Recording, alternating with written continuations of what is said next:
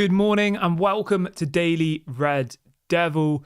Before we get into today's show, please do me a small favour. Make sure to drop a like on today's video. Let's try and see 500 likes on this episode. And if this is your first time watching, don't forget to subscribe as well. We're going to be talking about the Glazers today. We're going to be talking about the latest financial reports. We're going to be reacting to some comments from Amorim Glazer, which has gone up on Sky Sports last night in relation to selling Manchester United. And what else have we got planned for today? We're going to be talking a bit about Ruben Amorim. Is he in danger? Lots to get into. And the question I've got for you this morning is this. Do you think there's any chance that the Glazers will actually sell Manchester United? Let me know your thoughts in the comment section below. Obviously, we had the situation 2 years ago, was it now? Where they announced that they were looking for investment. And in the end, they just sold 27% to Jim Ratcliffe. Do you think there's a chance they will actually sell the club? Obviously, we were told that part of Jim Ratcliffe and Ineos buying shares was with the plan that in the next few years they would buy the rest of the shares. Do you think that's true? Let me know your thoughts in the comment section below. There's no right or wrong answer, so just let me know what your gut feeling says. Do you think the Glazers will sell Manchester United? Let me know. Let's start the show off, by talking about the financial statement. I'm sure some of you guys have already seen this, so we'll just kind of jump straight into it. So some of the key takeaway figures from the latest set of financial accounts. The first one is this. It cost Manchester United £11.5 million to sack Erik ten Hag. That is mental, isn't it? 11.5 million we gave Ten Hag for him to leave. And we then had to pay around 10 million to Sporting Lisbon to bring in Ruben Amorim. So in the space of about a month, we spent £21.5 million on getting rid of Erik ten Hag and bringing in Ruben Amorim. Now, this is all in Manchester United's latest financial report. So if you want to go and have a look at it yourself, you can. It's quite interesting. It's interesting to see where we've spent money. And then the other one which completely blew my mind was the latest report says that we paid Newcastle £5 million for Dan Ashworth, right? And then 160 days later, we sacked him and we had to give him £4.1 million to leave Manchester United. So it's mental, isn't it? It's mental how money's just disappearing into thin air with Manchester United. And, bad decision after bad decision. £21.5 million to sack Erik ten Hag and bring in Ruben Amorim.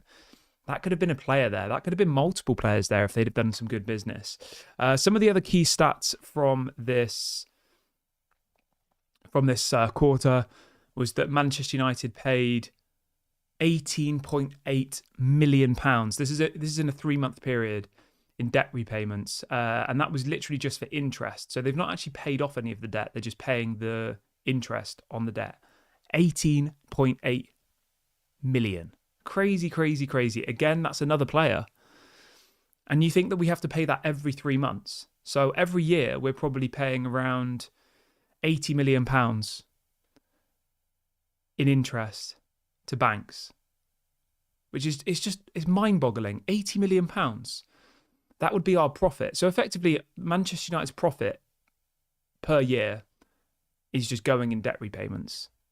So, this whole narrative of, Manchester United have spent lots of money, it's actually rubbish, because if you look at that over a 20-year period since the Glazers have been here, the total interest has gone now over £1 billion. We've spent over £1 billion on interest in a 20, since they came in. And our total debt sits at £731 million, with £300 million being owed in transfer fees. It's actually just mind-boggling the amount of debt we're in. Yeah, it's mad. But, from the rest of the report, there wasn't really that much else.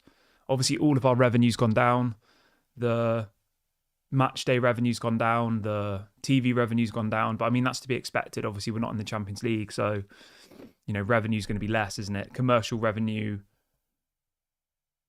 I think commercial revenue actually went up, and that was because of the new shirt sponsorship with Snapdragon. But other than that, all of our kind of finances were down. But as a result of this, Sky Sports managed to find Amorim Glazer on the streets of Miami yesterday. So there's this video that's gone up on Sky Sports this morning. And one of the Sky Sports journalists is effectively, I would say, harassing Avram Glazer. He's following him on the street, asking him, what's your reaction to the latest accounts? Are you going to sell Manchester United? And to begin with, Avram Glazer's just ignoring him, walking along. And then eventually the journalist kind of gets in front of him and says, are you going to sell Manchester United? Have you seen, obviously he's seen the accounts. He says, based on the latest accounts, are you now going to sell Manchester United? And he kind of laughs and says, no. He's like, no, and walks off. I mean, what a way to wake up. You wake up and you see this video, but effectively he's insisting that he's not going to sell Manchester United. And he kind of laughs and says no and walks off. So, this whole story that we were fed, this whole narrative that Jim Ratcliffe was buying a little bit and then is going to get the rest in time, it's complete rubbish. You could see on his face that Avram Glazer has no intention of selling Manchester United. We've been sold a dream. Some people fell for it. I personally didn't. I thought it was always rubbish. And we are where we are now, aren't we? Ant says, Kieran, how has supposedly shrewd businessman Jim Ratcliffe made so many mistakes? I mean, it's pretty obvious. It's a good question, but it's the obvious. There is a pretty obvious answer, right? Let's change the narrative here. So imagine you own a pizza restaurant, right? And then you decide that you want to go and open a comic book shop, something completely different. And you've never had any experience running a comic book shop before. Well, your only experience of running a comic shop was the French comic book shop, Nice. And you made a mess of that as well. And then you go and run the biggest comic book shop in the whole of the world. You're more than likely going to mess it up, aren't you? Because you don't have any experience in running that business. Now, let's simplify that. The point I'm making is Ineos and Jim Ratcliffe have been successful in selling chemicals. That's their business. They sell chemical-related products. And that's how they've made their billions and billions of pounds. But now they're trying to run a football club. They're trying to run the footballing side of a football club. And they don't know how to do it. It's simple. They've been given the keys to the biggest club in the world, and they have no idea what they're doing. They've brought in people who they think would be able to help them, but as soon as a decision doesn't go their way, they sack them. And the truth is now coming out about Dan Ashworth. The reason why the Glazers sacked Dan Ashworth was because Dan Ashworth apparently spoke out against... Sorry, not the Glazers, Ineos. The reason Ineos sacked Dan Ashworth was because Dan Ashworth wasn't happy or convinced by the idea of sacking Erik ten Hag mid-season, bringing in a new manager in Ruben Amorim, who, let's remember, didn't even want to join mid-season, who plays a completely different system, and none of the players would suit that system. That's apparently what Dan Ashworth said to Ineos. And then what happened was Omar Barada flew to Lisbon on his own and agreed a deal with Sporting Lisbon and Ruben Amorim for him to join immediately. And obviously because of that, you've then got a sporting director who's not in agreement with the vision of the club, and they had to part ways. So that's why Dan Ashworth got sacked, because he disagreed with Ineos and Omar Barada, and they obviously then mutually agreed that it doesn't make sense to continue working together if our sporting director isn't in line with our vision. And we all can look at that situation now and say, you know what, Dan Ashworth was right. And I thought that at the time. I thought bringing in Ruben Amorim mid-season was a massive risk. I'll be honest, I didn't think it was going to go as badly as this. This is worse than I ever could have imagined, to be honest. I thought we'd see a little bit of a bounce. I thought we'd maybe be in the top 10, maybe like 8th or 9th. Obviously, we're still in the Europa League, which is positive. We're still in the FA Cup, which is positive. But when you actually look at those as individual things, we're only still in the FA Cup because we narrowly beat Leicester City with an offside goal. So we can't jump for joy with that. I mean, arguably, we did beat Arsenal, which was a good result. So let's take a little bit of a positive from there. And the Europa League, to be fair, we have improved massively in that competition. So when you look at the FA Cup and the Europa, there has been some improvement. Because remember, under Ten Hag, the Europa League was pretty bad, wasn't it? We lost... I think we had like 2 points out of the first 3 games or something, and it was bad. Although that was playing Porto away from home, and was it Fenerbahce away from home? Yeah, it was 2 difficult teams away from home, which I think most managers would struggle against because of the hostile environment. But in relation to Dan Ashworth, like, it's just a prime example. You bring in the best in class. Dan Ashworth was a person that we put on gardening leave. Sorry, we waited 5 months to employ Dan Ashworth. And then as soon as he comes into the club and he starts having to make decisions, you sack him. And you say, oh, I don't agree with your decisions. Get rid of you. And he's been proved completely right, hasn't he? Because we can all see it now that bringing in Ruben Amorim now was a massive mistake, I think. And I know, and I want people to be very clear on what I'm saying here. I'm not saying that Ruben Amorim's a bad manager. I'm not saying that we shouldn't have signed him.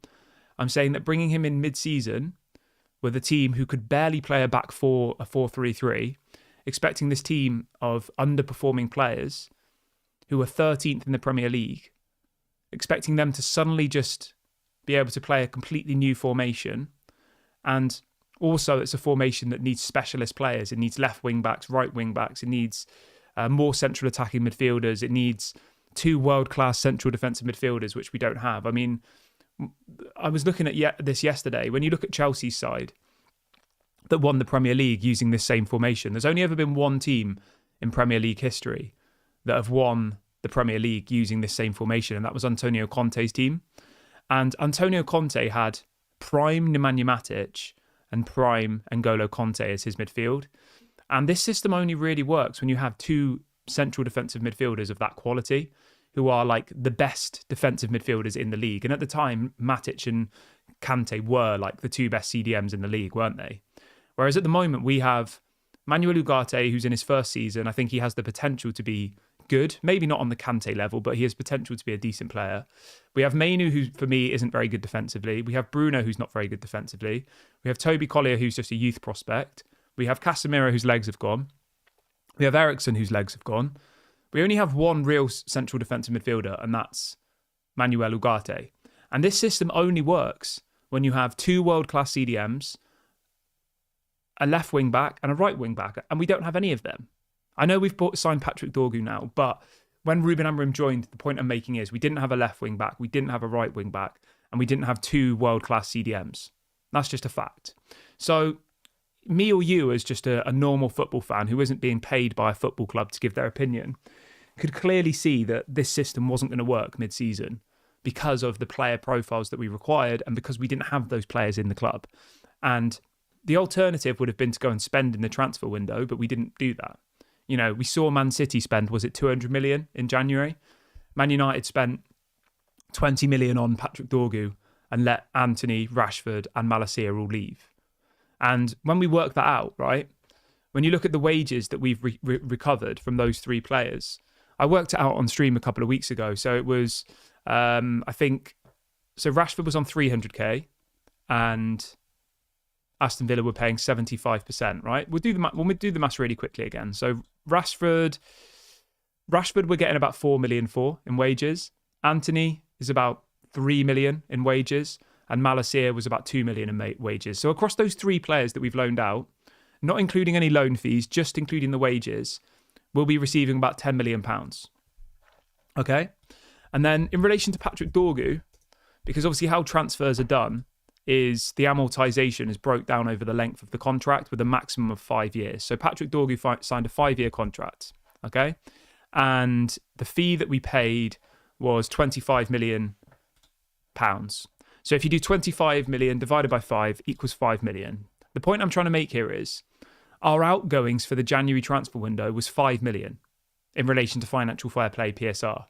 But our ingoings was around 10 million because we made £10 million worth of wages being saved from letting Anthony, Malacia and Rashford go. So we actually made money in January. We didn't technically spend any money. And the point I'm making here is we could have gone and signed another player for about 25 million and that would have meant we'd have broken even. Now, I know obviously the club is in a mess financially because of the debt, because of all the other things, which might have made it slightly more difficult. But the point I'm making here is why bring a manager in mid-season when you don't have the players to suit the system and expect results? It doesn't make any sense. And now, as a result of this, does that mean that Ruben Amorim is in danger? Now, I want you to take this with a pinch of salt because the sources that are putting this story out today are a little bit questionable, but it is a news show, so I'm going to bring you guys the news and we can discuss it. But there are some people suggesting in the media now that Ruben Amorim's job is in danger. And there are some people even going as far as suggesting that Manchester United are looking at alternatives, or not as far as doing interviews with them, but they're lining up potential replacements, which is mental to me. If you sack another manager, put aside everything else, I mean, how much money would we have to pay to sack Ruben Amorim? It will probably be like another 10, 15 million pounds. Like, it's just mental to think that this is actually being discussed in the media at the moment. And you know the names that are going to be brought up again, aren't you? The names that are being mentioned in the media today are Zinedine Zidane, never going to happen. It's a pipe dream. He's never going to come and work in England. And I think Gareth Southgate's name was mentioned again as well. But it's just a depressing thought, isn't it? That we're what? When was Ruben Amorim's first game? Let's have a look. Ruben Amorim's.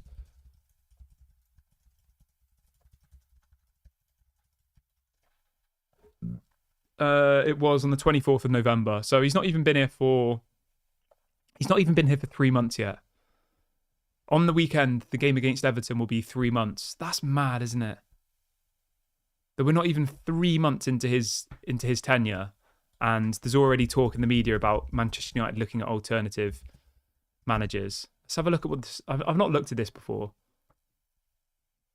That's mad as well, right? So at the moment, if you look at the odds, Ruben Amorim is the third highest manager, is in the third most likely manager to be sacked now, after Ruud van Nistelrooy and after Ruud van Nistelrooy is number 1, Enzo Maresca's number 2, and Ruben Amorim's number 3. I mean, that's mad, isn't it? Not even 3 months in. There's people even suggesting that apparently Man United are interested in Xavi as well. This is on a couple of websites this morning. Says Ruben Amorim could be replaced by Xavi in the summer if the results don't pick up. There is already talk within Manchester United of Ruben Amorim being sacked by Manchester United. I mean, it's just mad, isn't it? And this isn't Ruben Amorim's fault at all, by the way. Some could say that maybe he should change system, maybe. But I actually agree with Ruben Amorim's comments. When a manager changes system and drops their beliefs and drops their idea, then they may as well be sacked, you know? If Ruben Amorim starts playing a back four, then we may as well have just kept Erik ten Hag, realistically. Because Erik ten Hag got us third place, got us to an FA Cup final, won us an FA Cup, got us a League Cup trophy. Even though the football was bad at times, overall, we won 2 trophies in 2 years and got to another final. We've won more trophies in the last 2 years than Arsenal have won in 6 years.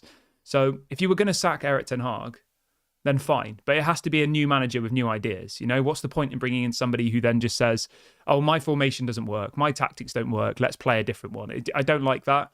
And I think that was why, when I spoke to Manchester United fans, that was why most Manchester United fans turned on Erik ten Hag, because of his comments where he said, I can't play the Ajax style of football at Manchester United.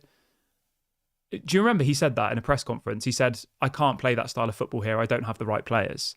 And I'm just dreading the day that Ruben Amorim starts to go down that narrative, because as soon as he does that, I think, and maybe you disagree, but I think he's a dead man walking in relation to the Man United job if he starts saying stuff like that. He has to stick to his beliefs. He has to make it work. If it doesn't work, he will be sacked. But if he starts changing his formation and changing his ideas, then what was the point in bringing him in, really?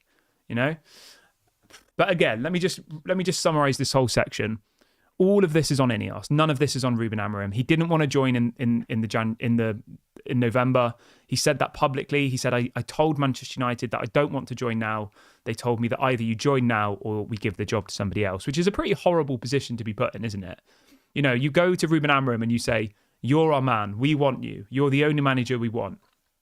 He turns around and says, I would love the job, but can I wait till the summer? And they say, no. If you don't take it now, we'll give it to someone else. I mean, they can't have wanted him that much. They effectively blackmailed him into getting the job. They threatened him by saying, if you don't take it now, you're not going to get it. We'll give it to Southgate. We'll give it to, I don't know, Xavi. We'll give it to whoever, Nagelsmann, whoever else we were linked to, Zidane.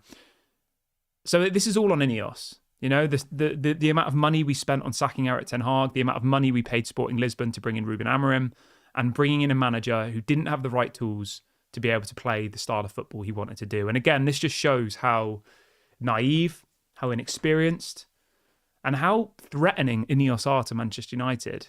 Realistically, they don't know what they're doing. That's clear to see. And the worst thing about this all for me is that today, was one of the first times we've spoken about the Glazers in a long time, really. Because the Glazers are just hiding behind Ineos. Ineos are in the firing line.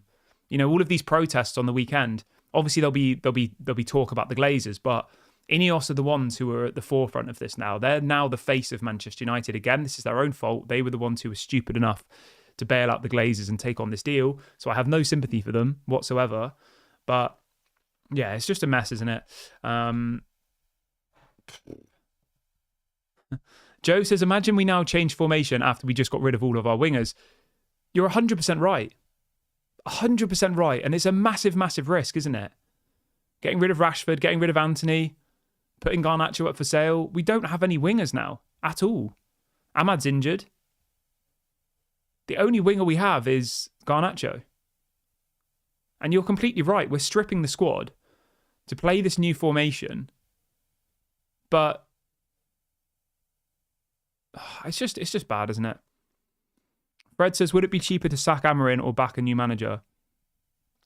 I don't know how much. I don't know. I can have a little look for you. I mean, Ruben Amorim's contract's not very long, remember, either. It's only 2.5 years.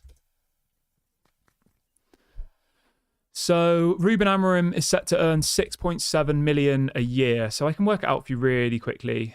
6.5 million a year, apparently, he's going to earn. Let's have a look. So Ruben Amorim contract. So he signed a 2.5-year deal that runs until 26. I mean, it literally, that's mad. So his contract expires 26, 27. So, okay, so it's not next season, it's the season after. I don't know how much it would be. I think if Man United were to sack Ruben Amorim, it would probably be like 12 million worth of compensation. It would be a lot.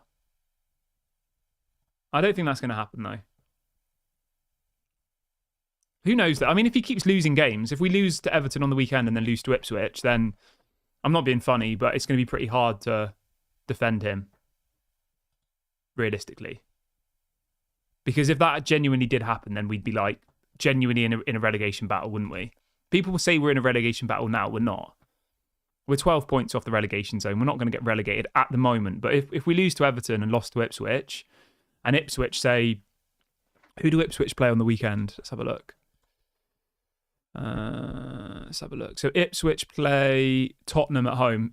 If Ipswich beat Tottenham this weekend and then beat us on Wednesday next week, they would be on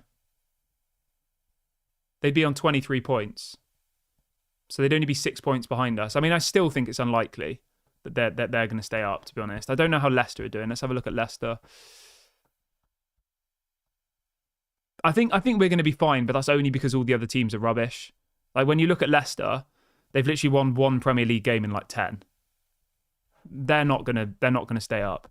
And then if you look at Ipswich, they've won maybe 2 games in 10 and drawn 2.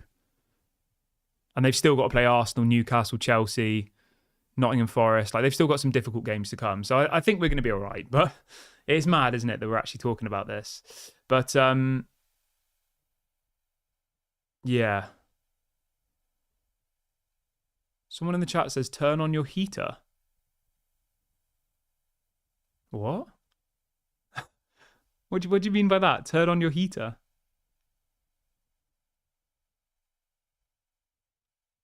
I'm not really sure what to make of that comment. Turn on your heater. I don't have a heater. It's like, it's freezing here in the UK at the moment. It's like, maybe it's a little bit warmer today, but it's been horrible here for the last 2 months. Today it's just raining. It's horrible. Right, let's see. Everyone who's just joined the video, by the way, if you could do me a little favour and drop a like, that'd be really, really appreciated. Let's try and get to 500 likes. Someone says, you're always cold. Well, it's nice that you're worried about me. That is nice. Do you mean because I'm wearing a jumper?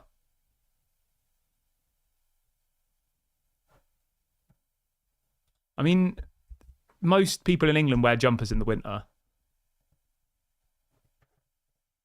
I don't feel cold now. Anyway, I've gone off on a bit of a tangent here. But yeah, thank you for your... I've seen your comment before in like once I've posted the videos saying like, oh, turn on your heater, you look cold. Quite strange. Melvin says, look at Ruben Amorim's first signing, Patrick Dorgu. He has been impressing so far. Yeah, he's been decent. He's been a decent player so far. What else have we got? Johnny says it's minus 15 degrees here. Crazy. Natty says, what do we know? What do we know? How do we know that they're doing what he's telling them to do? To be honest, right, I have no doubt that they're trying. I honestly think that they are trying. I just don't think they have the football intelligence to be able to implement what Ruben Amorim's asking for, you know? I'm not going to say that they've given up or I don't think it's that, to be honest. So,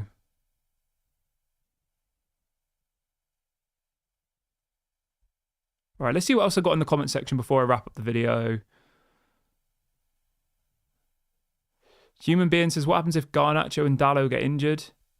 I mean, we've got about 10 injuries at the moment, so I wouldn't be surprised. I honestly think players will start getting injured now because they're playing so many games. There's no chance of rotation, and we're obviously going to be doing a lot of training to try and implement his ideas. So we saw Ahmad get injured, Mainu's injured, Collier's injured, Ugate's injured. Players are dropping like flies at the moment. So yeah, it's not great, is it? Have we got anything else here before I end the video? Joseph says, do you think Ruben Amorim will play youth players on the weekend? No, I don't think so. I would be stunned if that happens.